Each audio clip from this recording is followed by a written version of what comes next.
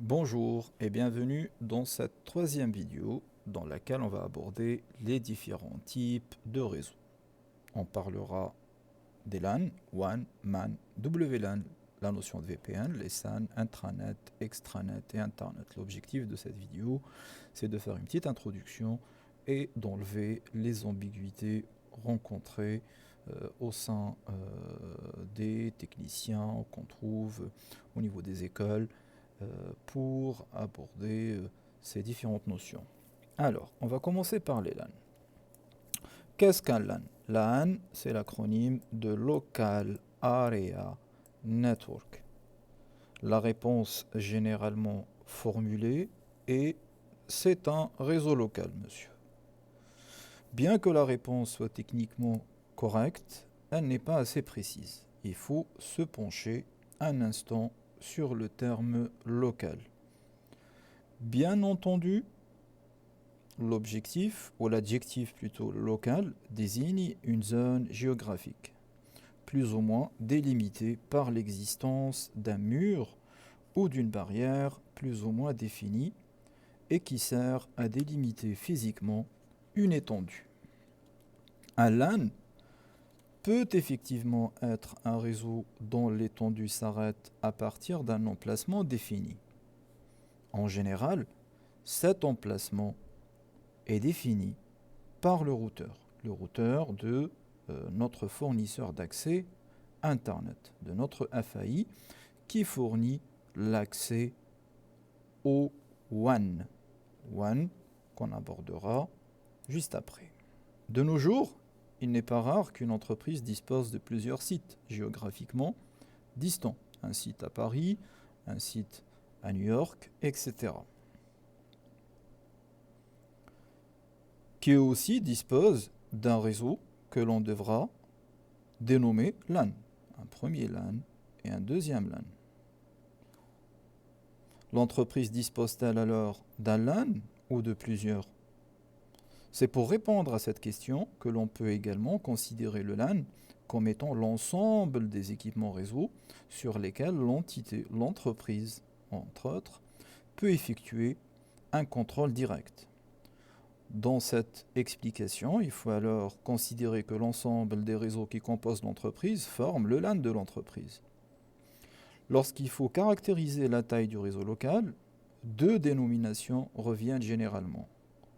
SOHO et Campus. SOHO, S-O-H-O, Small Office Home Office, désigne les petits réseaux composés d'une à 10 machines et qui n'ont généralement pas besoin d'avoir des fonctionnalités avancées. En général, un réseau SOHO, S-O-H-O, se compose seulement d'un routeur qui dispose d'un switch intégré ou d'un petit switch séparé et d'un routeur. A l'inverse, les réseaux de type campus sont des réseaux vastes qui s'étendent sur plusieurs étages et ou plusieurs bâtiments. Et si les besoins sont plus complexes, il est nécessaire de structurer le réseau afin de le rendre performant, extensible et tolérant aux pannes. La notion du WAN. WAN, Wide Area Network, réseau étendu. Par opposition au LAN, c'est l'ensemble des équipements sur lesquels l'entreprise n'a pas un contrôle direct en tant qu'entité.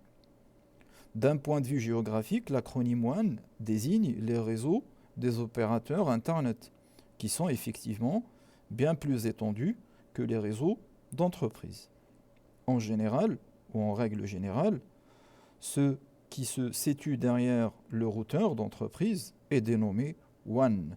Cependant, d'autres termes ont été introduits pour décrire de manière plus précise ce qui peut être vaguement désigné comme un WAN.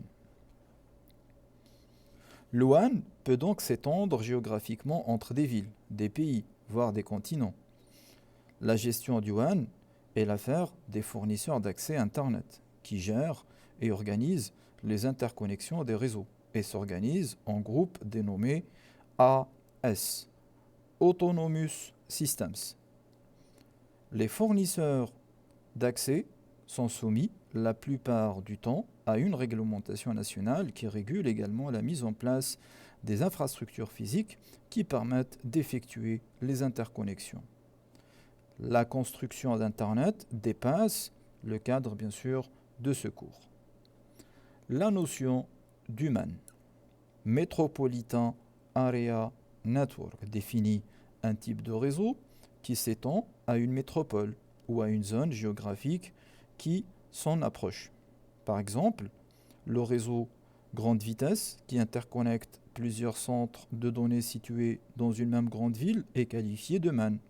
Ces réseaux ont souvent une contrainte majeure qui est l'obtention de vitesses élevées, de 10 gigas ou 40 gigas ou plus, avec des temps d'accès bas. Ces réseaux sont alors généralement construits à base de fibres optiques qui permettent d'atteindre de longues distances de manière assez aisée. Les MAN sont souvent utilisés par les FAI, fournisseurs d'accès Internet, pour relier les centres de données ou les data centers, ou par les administrations, universités qui ont besoin de connecter des sites géographiquement situés dans un périmètre relativement restreint. Le MAN est bien moins étendu qu'un WAN dans sa portée géographique. Le WLAN, le Wireless LAN Area Network, désigne le réseau sans fil. Tous les équipements participant au réseau sans fil, comme les bornes d'accès et les contrôleurs Wi-Fi, sont désignés ainsi. Finalement, le WAN fait partie du LAN, mais a la particularité de ne nécessiter aucun fil. Pendant longtemps, le WLAN était considéré comme une extension du LAN filaire et une solution d'appoint pour les utilisateurs mobiles dans les entreprises. Depuis quelques années, le WLAN est devenu un réseau à part entière grâce aux améliorations technologiques qui permettent d'assurer un très bon niveau de sécurité ainsi qu'une couverture et un débit constant. Le SAN, réseau de stockage, Storage Area Network. Le principe d'un SAN est de laisser penser à un serveur, grâce à différentes technologies, que ces données sont situées sur un disque connecté localement. Pour un serveur utilisant un réseau SAN, en réalité, le disque se trouve le plus souvent dans une baie de disques. Et cette baie de disques contient les disques de plusieurs serveurs physiquement ou physiques ou virtuels. Un mode de stockage où le disque est directement attaché au serveur est appelé DAS, D-A-S, Direct Attached Storage. C'est le fonctionnement le plus ancien et aussi le plus classique pour nos machines domestiques. Le SAN permet donc d'acheminer les données depuis le serveur vers les disques en passant par différents équipements. Le SAN est régi par des contraintes fortes et particulières car il ne doit souffrir d'aucune perte de paquets ou de données. Si l'on ramène les opérations de lecture et d'écriture sur un disque local, perdre un paquet signifie manquer une lecture ou une écriture. Par exemple, si un système d'exploitation rate une lecture sur un fichier système critique, le résultat est souvent le crash pur et simple. Les temps d'accès et les rapidités de transfert sont également des éléments clés pour les SAN, qui tentent de rendre l'éloignement du disque transparent pour le serveur. Enfin, en termes de redondance, il est nécessaire de mettre en œuvre les moyens qui permettent d'accéder aux informations lorsque c'est nécessaire, car si l'information devient indisponible, le travail est impossible. D'un point de vue pratique, les réseaux de type SAN ont pris de plus en plus d'ampleur car plusieurs avantages les accompagnent. Le stockage n'est plus directement dépendant du serveur qu'il utilise. Il est donc possible de décorréler les opérations du serveur de celles relatives au stockage de ces données. Par exemple, il devient possible d'augmenter l'espace disponible sans jamais démonter physiquement le serveur. Pour la virtualisation, la machine peut être déplacée d'un endroit à un autre tout en conservant l'accès à son disque. De plus, traiter le SAN comme un réseau à part permet de mettre en œuvre des moyens supplémentaires pour sa redondance et sa sécurité. Le SAN peut par exemple fonctionner en mode cluster et ainsi la perte d'une baie de stockage complète devient beaucoup moins critique. Les réseaux SAN ne sont pas détaillés dans cette partie, on les abordera sur un chapitre spécifique et spécial consacré au SAN. La notion d'intranet. L'intranet est un réseau privé, normalement dédié à l'usage exclusif d'une entreprise. Les ressources mises à disposition via cet intranet sont accessibles exclusivement depuis les postes appartenant à ce réseau. Et de plus, il peut être nécessaire de posséder les autorisations adéquates, identifiant, mot de passe, pour y accéder. Un accès personnalisé, si vous voulez. Souvent, le terme intranet est utilisé pour décrire le ou les serveurs web d'une entreprise sur lesquels les salariés ou les employés peuvent accéder à la plupart des ressources dont ils ont besoin. Parmi les outils disponibles sur ces intranets, il y a le Wi-Fi, les bases de documents comme SharePoint, comme les ERP, comme SAP. Pour la partie sécurité, on y trouve souvent des services d'annuaire reposant sur LDAP, qu'on abordera un peu plus tard, ou des protocoles dérivés. Il est également possible de considérer les moyens de communication directe comme participant à la construction de l'intranet, par exemple les logiciels de messagerie, qu'il s'agisse des emails ou des outils de messagerie instantanée et les solutions de visioconférence qu'on trouve en local au sein de l'entreprise. L'extranet. L'extranet, lui, est conçu pour être accessible depuis l'extérieur de l'entreprise, c'est-à-dire au travers d'Internet, bien entendu. Cela impose des contraintes de sécurité et la mise en place de solutions de filtrage par des pare-feux ou firewall et d'authentification est nécessaire. Les employés peuvent ainsi accéder à l'extranet depuis chez eux, mais l'extranet est souvent bien plus utilisé pour les communications avec les partenaires externes à l'entreprise, comme les clients ou les fournisseurs. Comme pour l'intranet, l'objectif est de simplifier l'accès à l'extranet. Pour atteindre ces objectifs, la solution est d'utiliser autant que faire se peut les protocoles standards tels que l'HTTP ou l'HTTPS ou SFTP ou FTP, car en plus d'être supporté par les navigateurs standards ou les clients FTP, il propose également un certain degré de sécurité en chiffrant les données quand il s'agit du protocole HTTPS ou du protocole SFTP qu'on détaillera ou qu'on abordera un peu plus tard. Donc l'intranet est un ensemble de ressources accessibles uniquement depuis le réseau local de l'entreprise. Et l'extranet, c'est le fait de donner accès aux ressources locales depuis le monde extérieur en passant par Internet, mais bien sûr en sécurisant cet accès. L'Internet. Enfin, Internet est le réseau mondial qui permet l'accès aux différentes ressources mises à la disposition des internautes, bien sûr. Internet est souvent décrit comme un réseau de réseaux. On dit aussi que c'est le WAN par excellence. En effet, des millions de réseaux s'interconnectent entre eux. Des réseaux privés, des réseaux publics, des réseaux gouvernementaux et universitaires pour composer un énorme réseau au sein duquel différents flux cohabitent.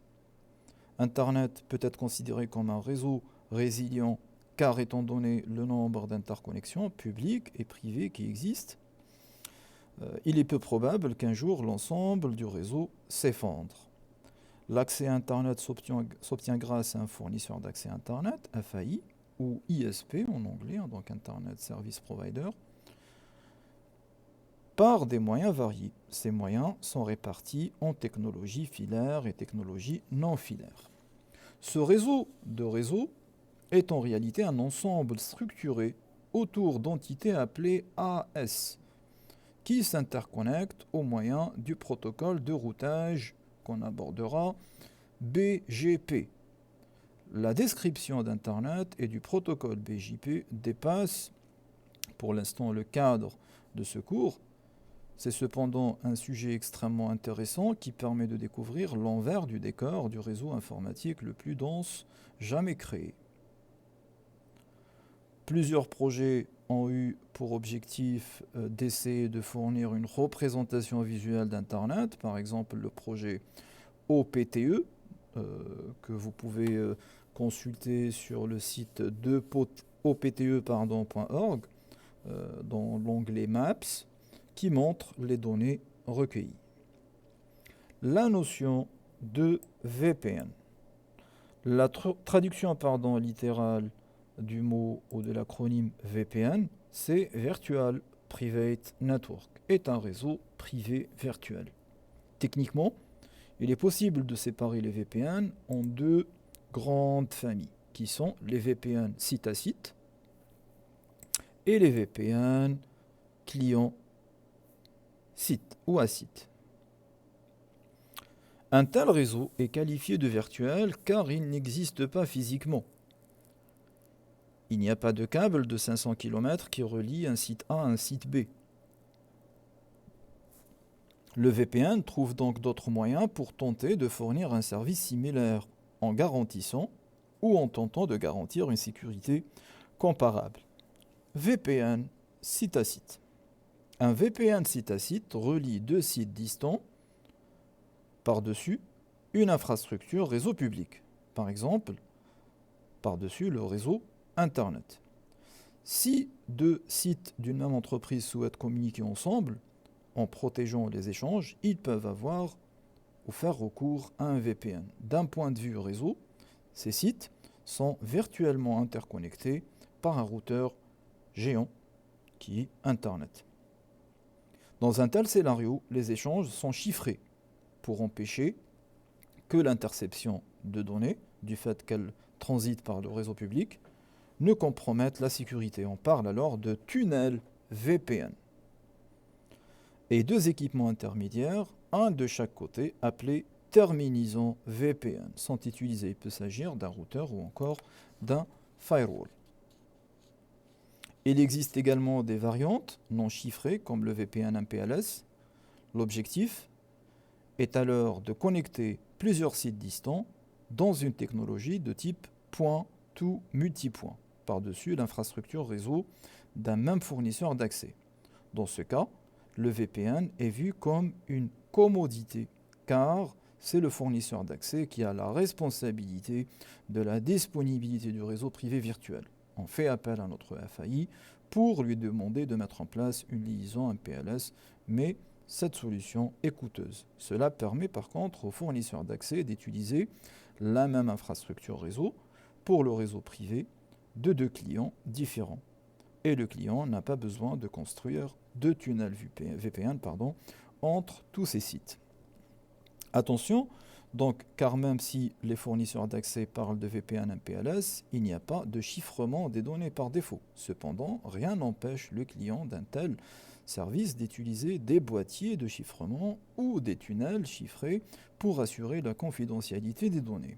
Enfin, un VPN ne passe pas obligatoirement par Internet. Il est possible de créer des tunnels VPN Internet entre deux équipements au sein de l'entreprise afin de protéger le trafic.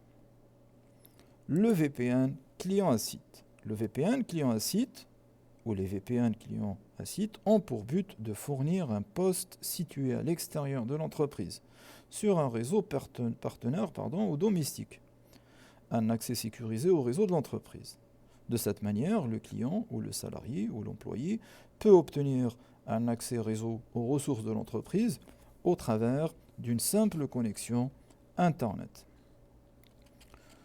Ce type de service est de plus en plus utilisé car il offre la possibilité aux employés qui sont souvent en déplacement d'accéder directement aux ressources nécessaires. Il est également utile lorsque l'entreprise désire offrir des possibilités de télétravail à ses employés. La mise en place d'une telle solution nécessite de faire l'inventaire des exigences de sécurité car elle fournit un accès réseau à l'entreprise depuis des postes ou des réseaux qui peuvent ne pas être considérés comme sécurisés. À travers cette vidéo, j'espère que les ambiguïtés concernant les différents termes ont été enlevées et ce qui va nous permettre de se préparer à aborder les éléments suivants concernant les grands challenges des réseaux. À la prochaine vidéo.